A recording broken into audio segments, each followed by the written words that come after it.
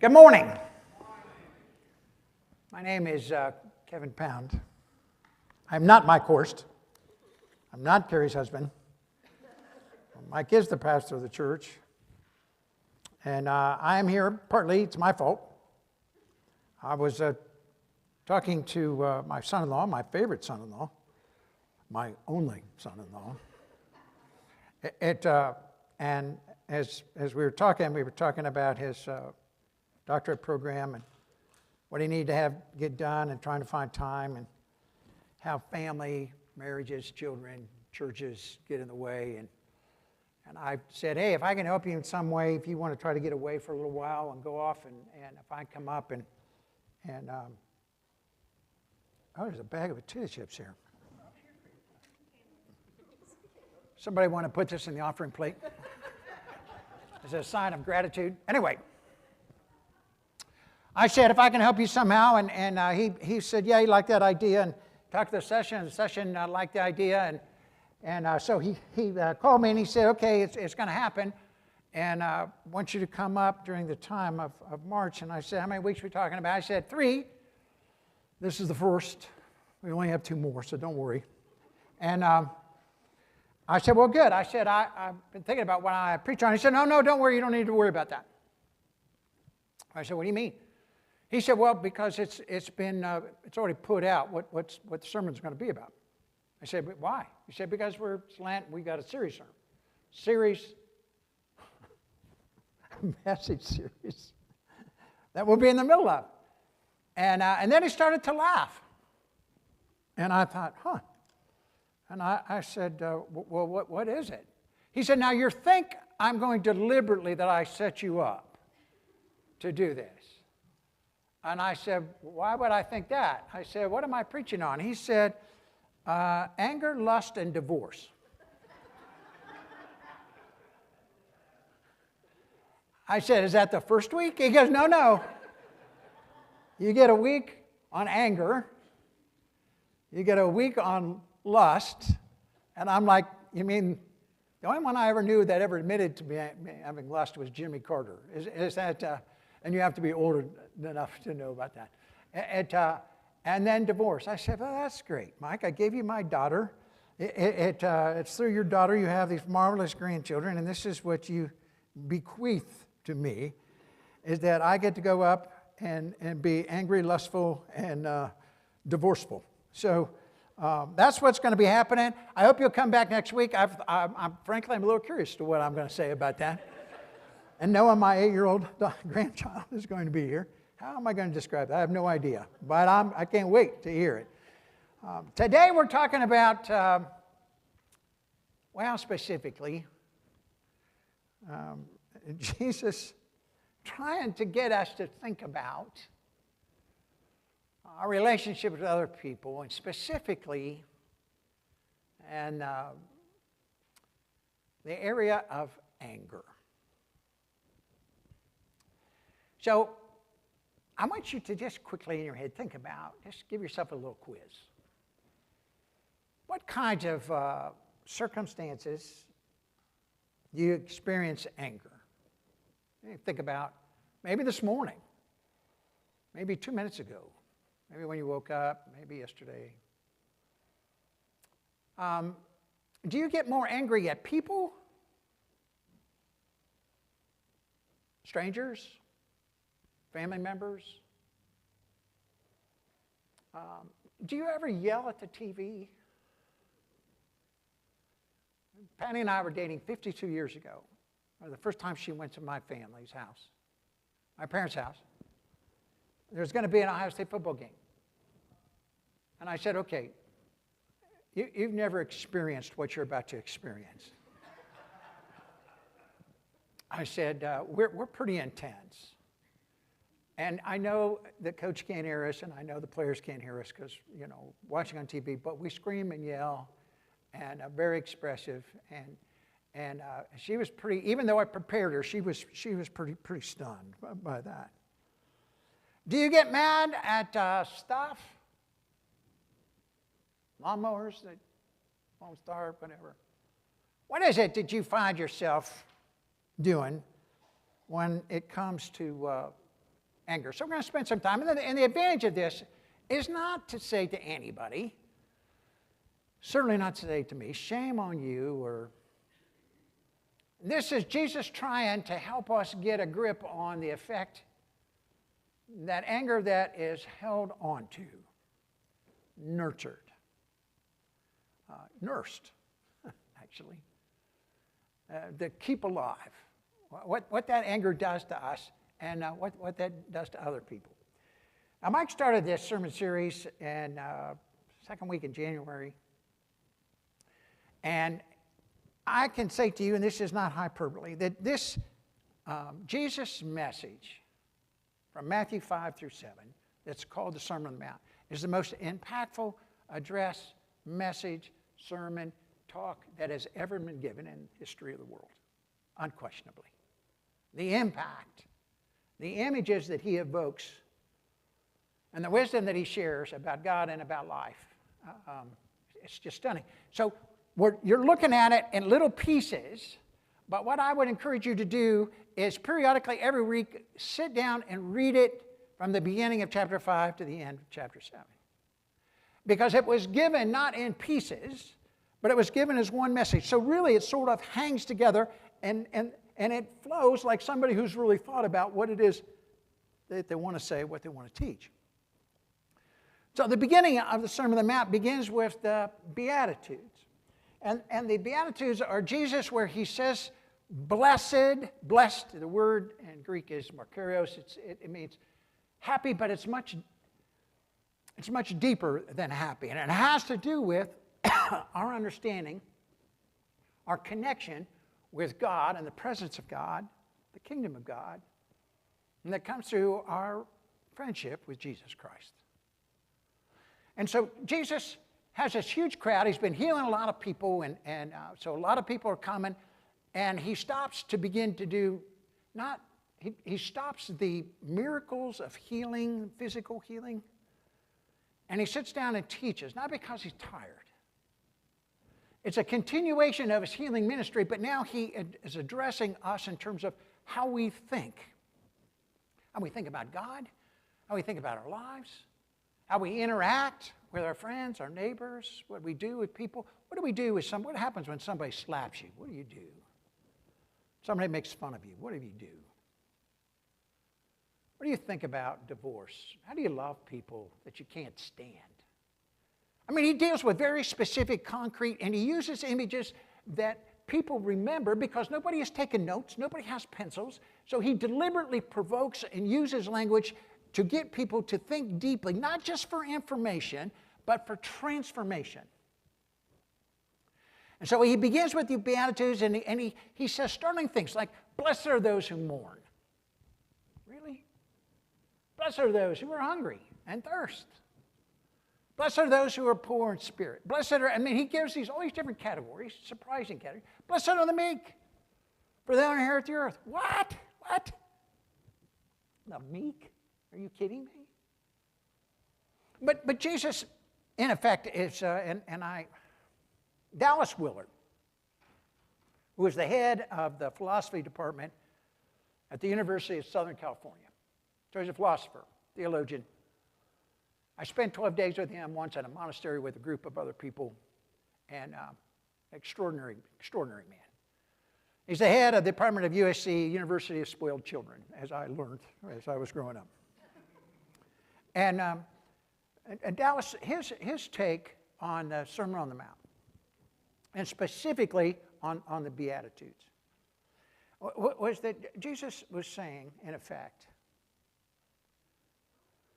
blessed are the old, blessed are the bald, blessed are the misshapen, blessed are the broken, blessed are the divorced, blessed are the widowed, blessed are those who have children who flunk out, live on the streets. And they're not, you have to be these things. It was Jesus saying, there is no circumstance that we find ourselves in that can be excluded by God's grace, by his presence in our lives. And so he goes through and explains these conditions, and then he moves on and he says, you all who are blessed to have this connection with God and to be a part of the kingdom, you're the salt of the earth. You're the light of the world. Everybody's looking around thinking, really? Us? You guys? And then he shifts, and then he says, as Mike talked about last week, don't misunderstand Jesus. I haven't come to get rid of the law. I've come to fulfill the law. I've come to live out what the law means. And when he says the law, Jesus is thinking the Ten Commandments. But he's thinking about the Ten Commandments not as a source of righteousness, but kind of the path of righteousness. In other words, by keeping the rules, you don't become a good person, but you're restrained from doing bad things. And it's helpful to sort of teach you to go in a different way. But Jesus then goes on, and he wants to explain to people, what does it mean to be a citizen in the kingdom of God? What does it mean to be connected with God?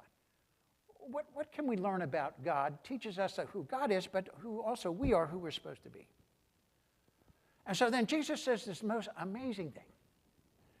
Unless your righteousness exceeds the Pharisees and the scribes, you'll never see the kingdom of God.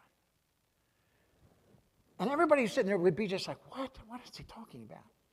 Because the Pharisees, the religious leaders, dedicated their lives to learning, memorizing, and living their life in such a way that everybody knew that they kept all the rules, they never broke any of the rules, that nobody could be as good as a Pharisee. And Jesus comes along and he sort of makes fun of the Pharisees.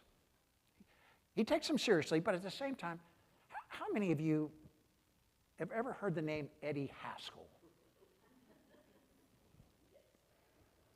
Now, if you're young, just Google Eddie Haskell. Eddie Haskell was on a regular TV show, Leave It to Beaver. And Eddie Haskell was this a teenager, and he was a bully. He was obnoxious, except when he was around parents. And when he was around parents, he immediately put on this external performance. Hello, Mrs. Cleaver. You look nice today, Mrs. Cleaver. I love the way that dress looks on you, Mrs. Cleaver. And he would do all this stuff. And as you're watching this, everybody is thinking they can't stand. They can't stand Eddie and Haskell. And when I hear Jesus talking about the Pharisees, I hear Jesus saying, don't be like Eddie Haskell, okay? The goodness that I'm talking about is not Eddie Haskell, where you pretend on the outside that you're one thing and on the inside you're something completely different. Don't be that way. Jesus says, it made me sick to watch Eddie Haskell. It makes Jesus sick to think of the Pharisees, and he doesn't want to be sick when he thinks about you and me because we're only pretending. We're only going through the motions. It's all for show. So then Jesus says in Matthew chapter 5, our text, Jesus says, you've heard that it was said to the people long ago, you shall not murder. That's the sixth commandment. You shall not murder, and anyone who murders will be subject to judgment. It's not a surprise. The sixth commandment, protect life. And then Jesus says, but I tell you. Now there's a little chutzpah in this, okay? God gave the Ten Commandments. Now Jesus is not about to say that they were wrong or that they're shallow. He wants to deepen the meaning. He wants to turn this external thing to protect life. You don't have the right. You get mad at your neighbor because he cheers for Michigan. You don't have the right to kill him. Don't do it. Don't do it. So then Jesus says, but I say to you, and the I is emphatic in Greek. And it's now, okay, yes, you've heard that said, and yes, yeah, but I say to you, I'm going to explain. So I say to my grandchildren when I'm here, okay, well, let's go take a hike down to such and such place. And then often when I say something like that, my grandchildren will say to me, our mom doesn't want us to go there. And I'll say to them, well, you have heard it said from your mother that this could be a problem, but I say unto you, it's okay. And then particularly, my one grandchild in particular will say, no, my mom would not want us to do that. And then I want to say, I made your mom. And it just doesn't work. But you need to understand that when Jesus says there is a sort of like, everybody's kind of like, what? Jesus says, but I tell you that anyone who is angry with a brother or sister will be subject to judgment. The same exact verbiage. Subject to judgment. And then he says, again, anyone who says to his brother or sister, which is really how it sounds, is answerable to the court. Anyone who says you fool will be in the danger of the fire of hell, which is the area of Gehenna. It's outside of Jerusalem. It's the place where garbage was taken and thrown out. Anyone says you fool, you'll be in the danger of the fire of hell. Therefore, if you are offering your gift at the altar, and there remember that your brother or sister has something against you, leave your gift there in front of the altar. First go and be reconciled to them, then come and offer your gift. Settle matters quickly with your adversary who is taking you to court. Do it while you are still together on the way, or your adversary may hand you over to the judge, and the judge may hand you over to the officer, and then you may be thrown into prison. And truly I say to you, if you're this stupid to go through all that, you will not get out until you've paid the last penny. He didn't really say you're stupid enough to. Okay, so I'm reading this thing, and I'm thinking, I want to take Jesus seriously. And I have to just admit to you, the first time I read this, and many times since then, I sort of have had the thought of, does Jesus mean this? Are you serious? Somehow, if I'm angry with my brother or sister, that's the same God is as upset with me about that? As if I murder somebody? Really? Seriously?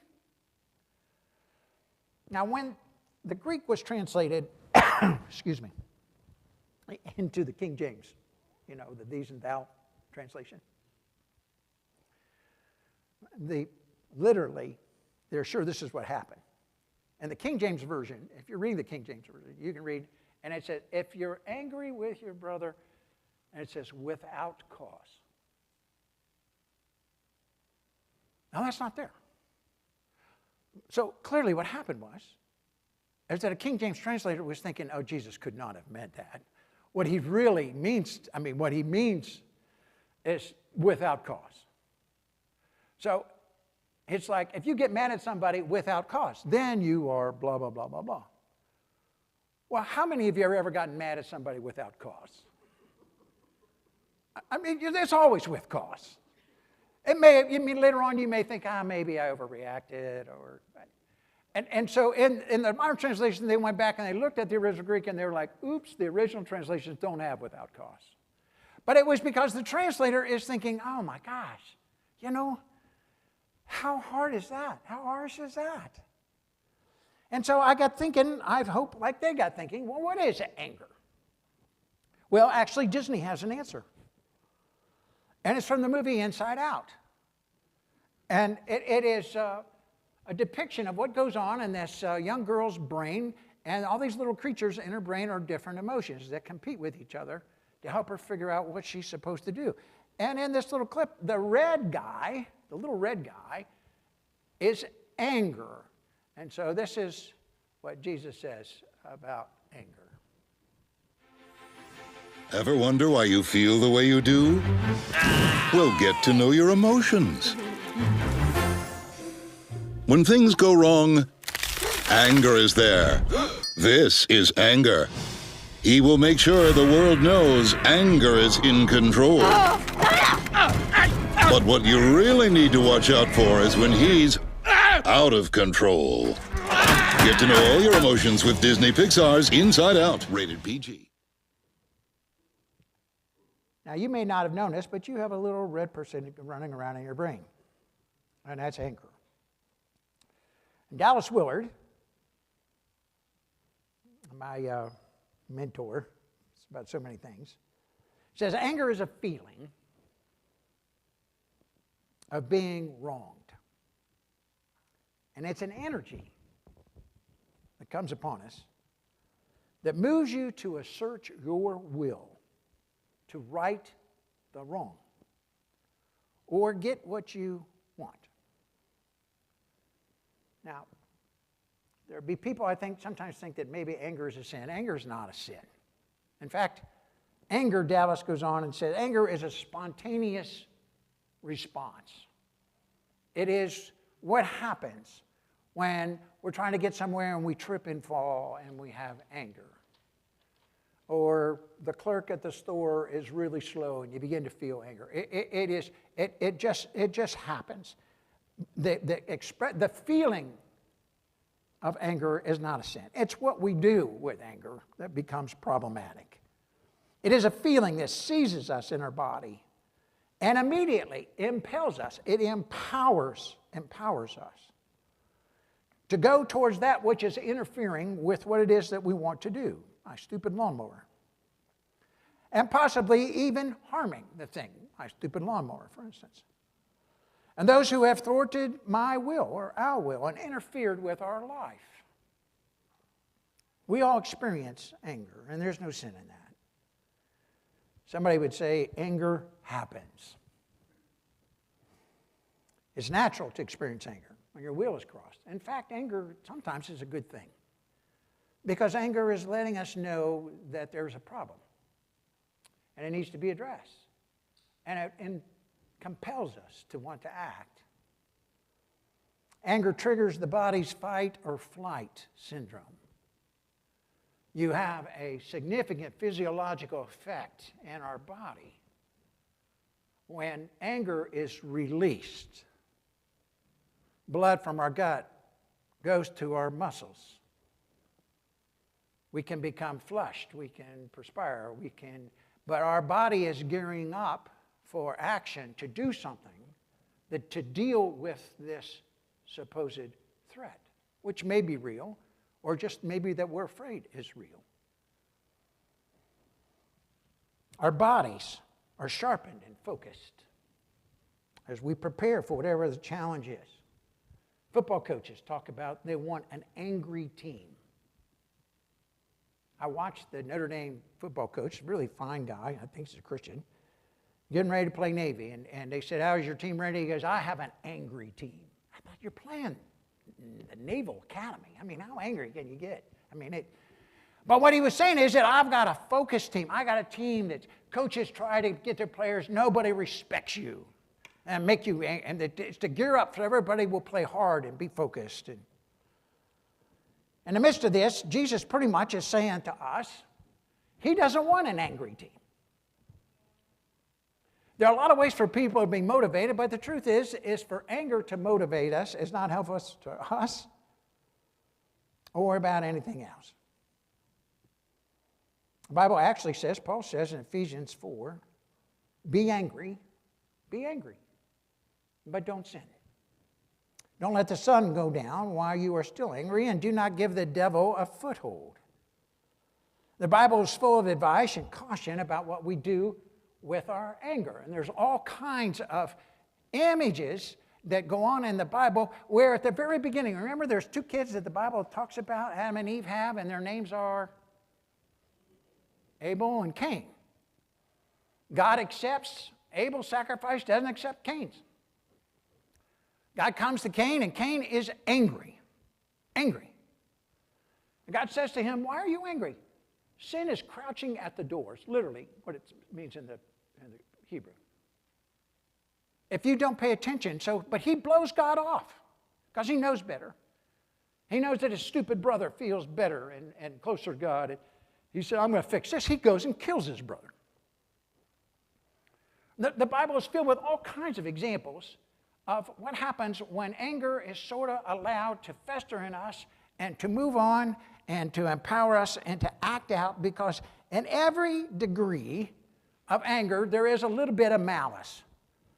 Now, malice is an interesting word. Malice is you are willing the harm to another person.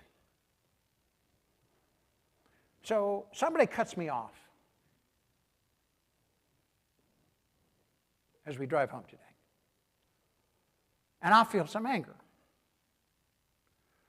And I might yell at them. You might do any number of things. You might say you're number one. You may do whatever. It is, but you're not thinking, well, bless your heart, you probably just had a hard day. I mean, you want to let them know how mad you are at them. And so I thought about, okay, who would you rather be with? Would you rather be with a sad person or an angry person? Would you rather be with a joyful person or an angry person? Do you ever want to be with an angry person? Is it ever fun? Because angry people, there's a certain level of danger. You don't know for sure what they're going to do and how it's going to spill out on you.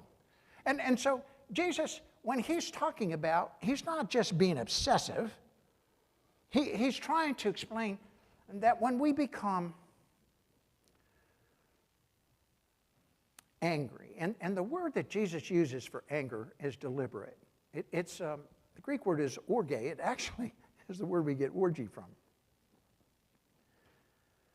And so the word orge means to carry, to nurse.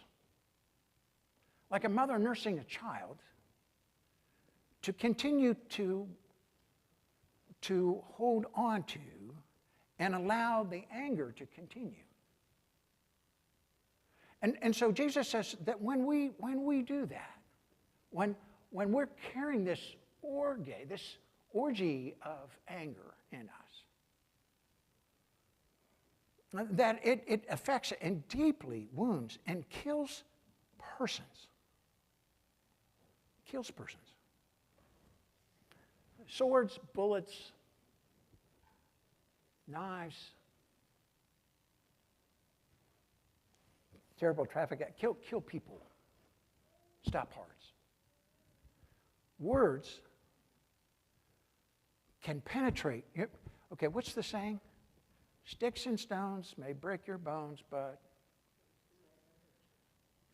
nobody's ever heard that. But words can never hurt you. Well, I know you said it, but nobody else. I mean, give me a Pentecostal church. It is so. Okay, so is that true? I was taught that. Did Mom tell you that? But did she ever say to you, sticks and stones will break your bones, but words will never hurt you?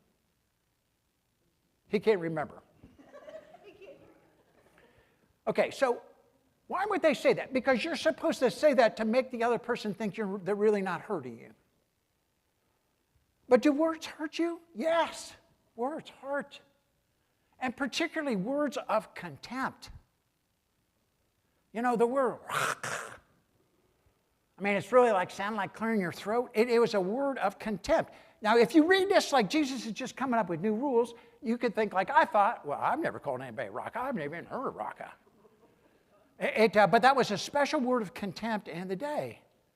Or you could think, well, I've never used the word Raka. Okay, I won't call anybody a fool anymore. And I'm trying to do that.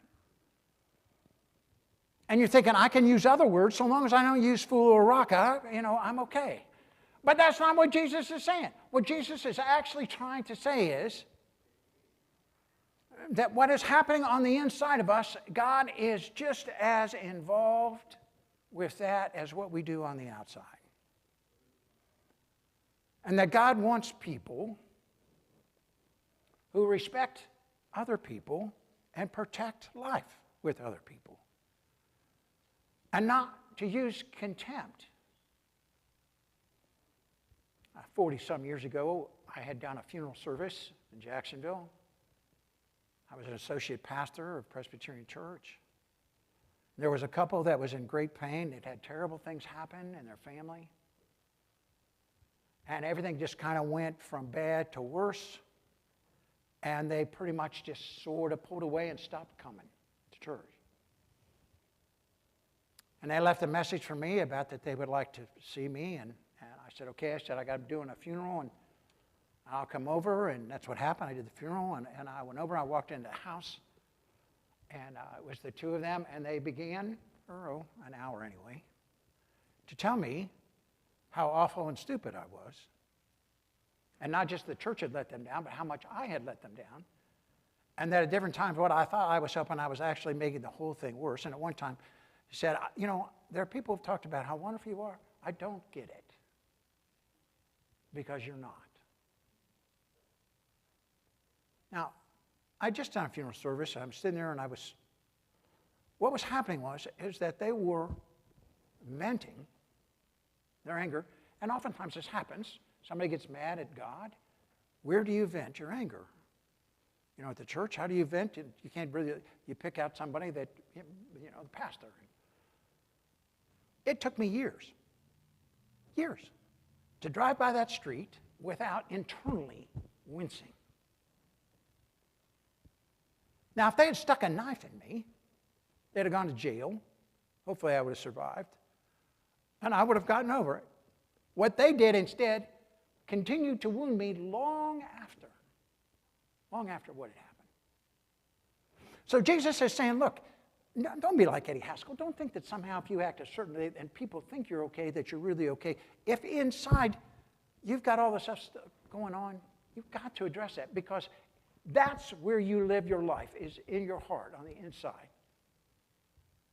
And God wants his people to not just say, well, you know what? At the end of your life, I never murdered anybody. So far, I've never killed anybody.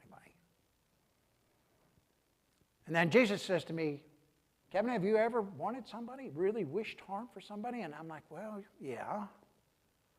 Well, he's glad I haven't murdered somebody, but at the same time, he wants us to say, that's not the kind of life that we're supposed to have, because that's not the way God is. Jesus is saying, once you've understood that you are blessed, that you are accepted, that you are loved, that God is there, you can deal differently with your life and other people. And so the point becomes at the end of this passage where he talks about going to court, and if you want to give an offering to God, and you remember somebody has something against you, and you need to go quickly and leave and go and address the problem. What Jesus does is, don't make your life about not doing something. Don't make it about not just murdering, or even not just hating, or not just work towards reconciliation. There is a way to empower people. We spend our whole lives learning that it's angry people that get stuff done. It's angry people that you have to pay attention to. That we were parents, of course we still are parents, but when our kids were little and we were trying to get them to do something, I learned a long time ago, you don't discipline in anger. Because if you always do it in anger, then they don't do what you say unless you're angry. You need to go to bed, Carrie. Not really. Seriously, Carrie's been, I told you 5 minutes ago you need to go. Yeah. And then pretty soon, Carrie. So if you do that, if you parent like that, they don't take you seriously unless you're angry. And it sort of teaches them that that's the way it is about everything. You don't take people seriously unless they get angry. So in the midst of the terrible violence that has impacted our entire country, and frankly gets lived down in our world in so many different ways. I hear people over and over say, it won't be until we get angry that we're actually going to do this. And Jesus comes into that, and he says, you can be motivated to do something, and it's not about anger. Anger is toxic. More people die from secondhand anger than they do from secondhand smoke. And instead, Jesus says, love can be the motivation of why you are doing what you want to do. So Jesus says, if you're going in and you're going to present an offering to God, and you remember that somebody is angry with you because of what you said to them or what you didn't do, he said, you need to leave the offering and go quickly and reconcile with that person. And in other words, my translation, Jesus is, you don't get to be a jerk and think God is happy to hang out with you. He wants our devotion to God to spill out in ways that we are reflecting who God is in the way we treat other people. Now, he's not just trying to put a new, heavier, different standard on us. He's trying to say to us, I want you to be the kind of person that wants to do this, that wants to reconcile, that wants to love, that wants to will the good for other people and not harm, because that's the way God is. Now, there's a quote in the bulletin from Sitting Bull, of all people. Sitting Bull, the chief of the Sioux. And people were talking to him and about who he was, and he said, I have two dogs inside of me. One is angry, mean, evil. And one is good. And they're constantly battling with each other. And then he was asked, which dog wins? And Sitting Bull replied, the one I feed the most. I think Jesus would have liked that. Don't feed the angry, mean dog. Feed the good one. Thank you. Okay, the good news is that Jesus is like, there is nothing that you've been taught that you can't unlearn. So this isn't just, he's just not just throwing something out. He really understands it, and he really believes that if we really get and understand what is going on, it's not just that we won't say fool or but that we'll actually begin to be like people who reflect the way God feels about us. And so this day I would say to you, you are, we are, I am blessed. You are blessed. You are known and loved and have access to the power and presence of God in your life, regardless of your circumstances. And how good is that? And we get to talk about lust next week. How good, I just can't wait to hear what I'm going to say. So, go away, be careful, drive fast and carelessly.